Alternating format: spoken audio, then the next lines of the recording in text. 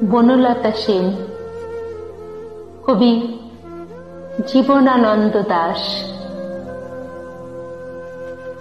হাজার বছর ধরে আমি পথ হাঁটিতেছি পৃথিবীর পথে, সিংহল সমুদ্র থেকে নিষেধের অন্ধকারে মালয় সাগরে।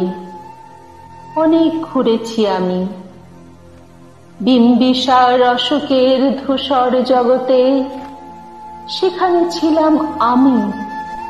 আরো দূর অন্ধকারে বিদর্ভ নগরে আমি ক্লান্ত প্রাণ এক, চারিদিকে জীবনের সমুদ্র সফেন আমার দুদণ্ড শান্তি দিয়েছিল নাটোরের বনলতা সেন।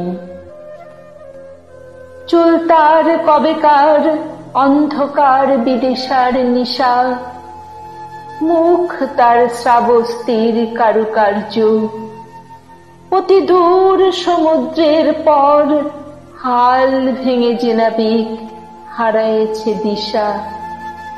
সবুজ ঘাসের দেশ যখন সে দেখে দারুচিনি দ্বীপের ভিতর, তেমনি দেখেছি তারে অন্ধকারে। বলেছে সে, এতদিন কোথায় ছিলেন? পাখির নীড়ের মতো চোখ তুলে নাটোরের বনলতা সেন। সমস্ত দিনের শেষে শিশিরের শব্দের মতন সন্ধ্যা আসে, ডানার রৌদ্রের গন্ধ মুছে ফেলে চিল। পৃথিবীর সব রং নিভে গেলে পাণ্ডুলিপি করে আয়োজন।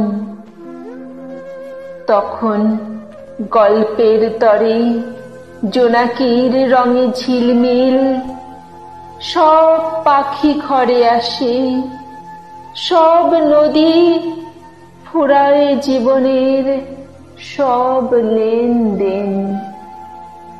থাকে শুধু অন্ধকার, মুখোমুখি বসিবার বনলতা সেন।